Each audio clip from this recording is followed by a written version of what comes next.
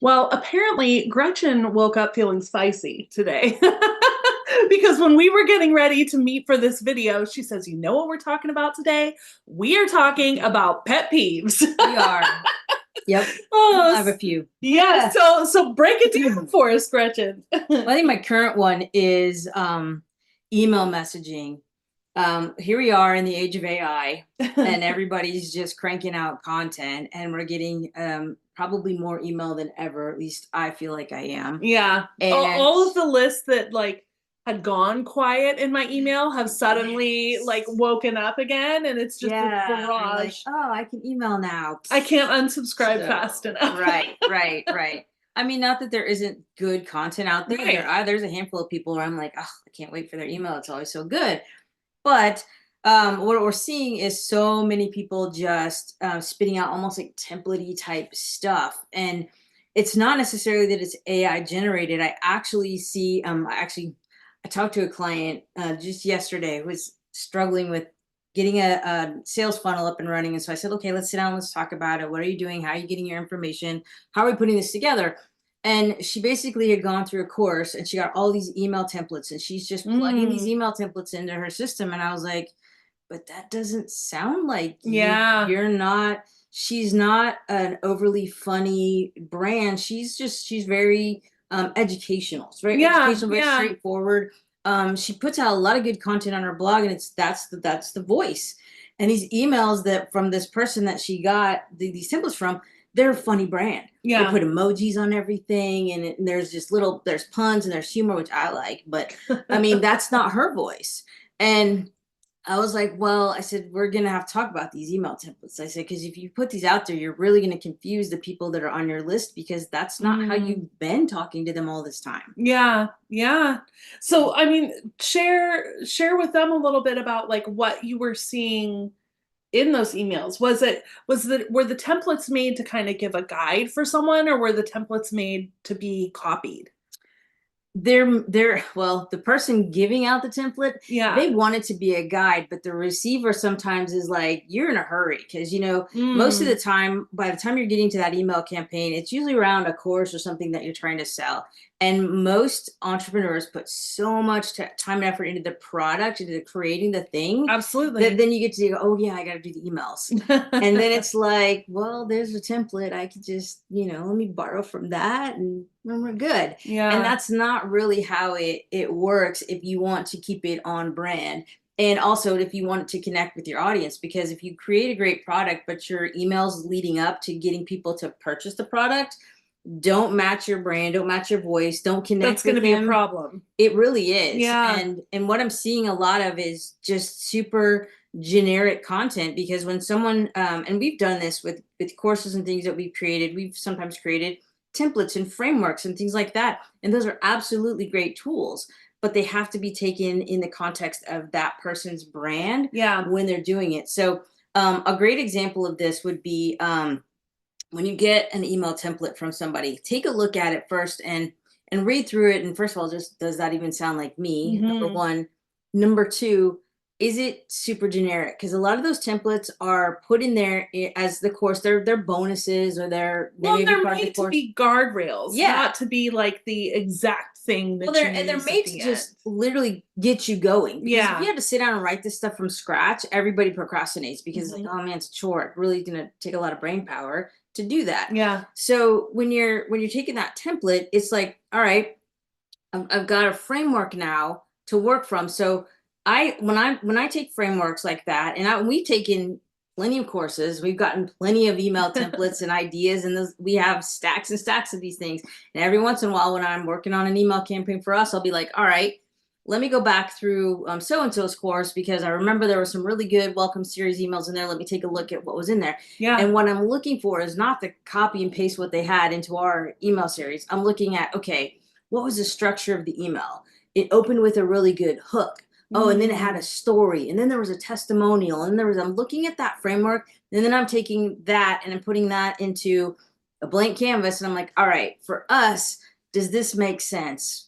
This and I'll edit it down a little bit, but it's not going to be the exact replica. It's not even going to be copy paste and, oh, I'm just going to change 5 words and put in a different testimonial. It That's not how becomes it the works. blueprint Yeah. basically, or paint by number. Yeah. You Yes. know, where it's like, here's the outline, here's what you're trying to accomplish.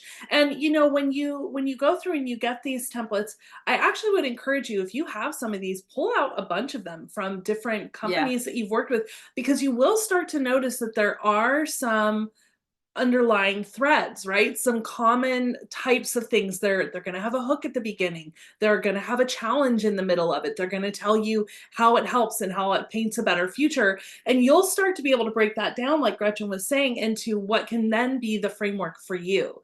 Because the problem, it sounds like, is not that you're getting the framework. The problem is when you're using it as is. And Hmm. then you just sound like everybody else who's taken that course, you And know? let's talk about the elephant in the room.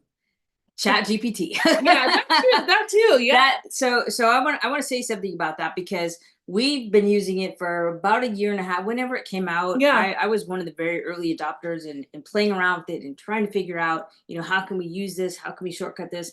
And in the very beginning stages, everything that we got out of it, it was just like, that doesn't sound like us. That's Yeah. just, it was way over the I top, we or it it made was, me really she hated it. angry. She It made hated me it. so angry. I was like, "This is not us. We don't Yes. talk like Yeah. this. How dare you even use this tool?" Yep. And I'm even, coming around to it myself yep. now, and you'll hear why in a Mhm. And moment. then we iterated to, oh, well, now you can add custom instructions. You can tell ChatGPT about your brand and this and that. And so I went down that road, and we put stuff in, and then we kept trying to get stuff out of it. It's like, oh my gosh, this still doesn't sound like us. It's Yeah. getting there, but it's not quite there. And then ChatGPT 4.0 came out, or 4.0, or whatever they call it, and we were able to upload files and send Our out to web own links. content from Yes. our own library and Right. our own I'm actual gonna break that voice. down. I'll break that down. So we were able to upload all these different documents. So some examples of the documents that we uploaded would be like, I have a document of like it's like a lexicon of key phrases. Like, we have get clear, get notice, get paid. We Yep. have the names of all the products that we have. Like, we have brand sold, and we have Yeah. our get clear workshop, and we have all these things. So it was just a big lexicon of catchphrases and things like that. And then or SEO keywords, also Yes. another good option there. And then our core values, and then I listed things like all of the brand attributes. We've done the brand soul exercise on ourselves A multiple number of times. times. Yes. And so using all of those words and our unique value proposition, and then I put in key links to landing pages on our website, not our whole website. I'm like, don't go look at our whole website, because they're just, who cares about the contact page? That's not relevant. But I would put links to key landing pages in there, Mhm. and that had content and were written in the voice. And then I picked a handful of blog posts that were also, hey, these are really informative. They were pretty lengthy, and they really sound like And us. one note on the blog post specifically, an easy way to do that if you're not quite sure which ones are best, go back and look at your Google Analytics and take a look at which True. are the ones Yeah. where the most traffic is going to, and you have the highest people like length of time reading and engagement Mhm. with it. Those would be really good ones to go back and to pull and then to feed into your custom Yeah. ChatGPT. So I basically took all those documents, and the easy way for me is they're all in Google Docs. So I just saved them as PDFs, and then I upload them one at a time into Yeah. ChatGPT, and I said, this is our brand voice. This is how we sound, and I want all communications moving forward to, and all content that we create, to have this voice. We also had worked with a copywriter a number of years ago, and she did an absolute fantastic job of taking. We'd gone through. Gave her our brand attributes and all the things that we do for ourselves. All of our brand Branding, strategy. but we always look for an outside eyes to, just validate what we're saying and what we Yes. think. And we had she had created this great document for us that had a lot of like landing pages and copy and little snippets and things like that. I included that. And when I did that, and then I started to generate more content out of ChatGPT, just brainstorming, getting ideas and things like that. Now it's starting to sound more like us. Yeah. A lot more like us. So now I think we're about 70 to 80% there when we get Now stuff I'm out. not, now my blood isn't boiling. Yeah. When I we're good on that now. We're good on that now. And I would say the other step to that is not only are you feeding information into ChatGPT to train it to learn your voice and your lexicon and just kind of your quirks, but also then reviewing what it puts out and going Mhm. through and doing final edits, like adding in the little quips or the current pop culture references or things like that. Because the other thing that ChatGPT can't do is it cannot really understand context. Correct. And that is the human piece that you've got to bring to it. And the beauty of doing it this way is that it is actually built off of content you've already created. It's already built off of your voice and your thoughts. So it's not pulling that from Yep. other people, it's pulling it from you and And the way that you speak. I want to really stress it takes a lot of content to plug in there because just saying, hey, or go look at my website and Yeah. now write my content, that's not going to cut it. It really is a matter of and even after I uploaded all of that content, I still had to go back and say, don't use that word. Yeah. Never say this in a title. Well, I mean, I had to put in all these little, just as I think of them or as I see them pop up when I'm generating content, I'm like, please don't do that again. It's just stuff like that. And it gets better and better over time. But still, everything that I take out of ChatGPT, I'm taking that as, hey, this is a great first draft. Yes. And then it goes on my writing board. And a lot of times I dump it over there and I don't immediately edit it. Because I'm too close to it at that point because I've spent a lot of time generating it. Then I'll just usually wait, and then like the next day or later that afternoon, I'll come back and say, okay, fresh eyes. Let me read this without the whole chat conversation that I just Yeah. had.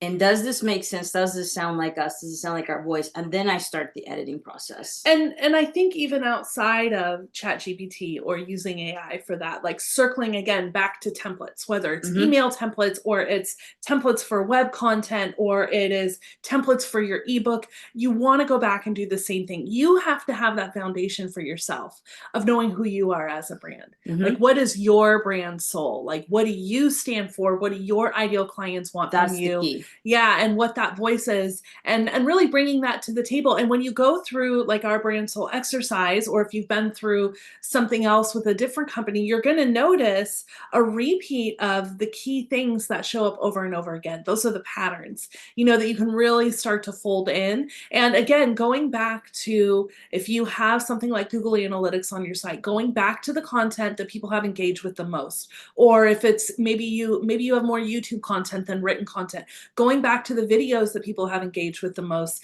seeing the comments that they leave, seeing the feedback that you're getting, or just looking at the topics you're talking about, that is going to really start to show you how you can weave that into something. So use these tools as that foundation to get you started, but then make it yours. Make it yours so that at the end of the day, it still feels completely genuine to you and to your brand, and it's making the impact that you actually want to make. So anything else on this rant, Gretchen?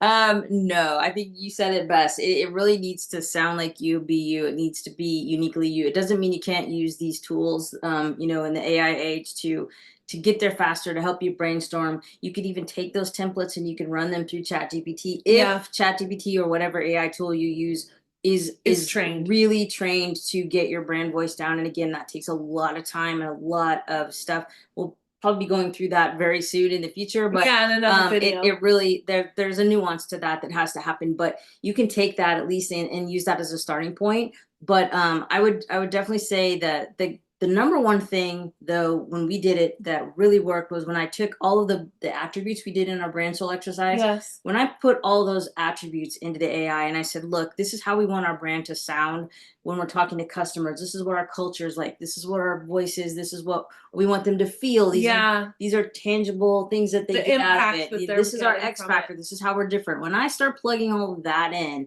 and letting it really grasp, we have to apply the context in order to get the Yeah. content out. And so when I started applying that context, that's when we really got what we needed out of it. And that's when we could really take those tools and make them sound like us. And it also really helps us to understand us, regardless Yeah. of the AI tools.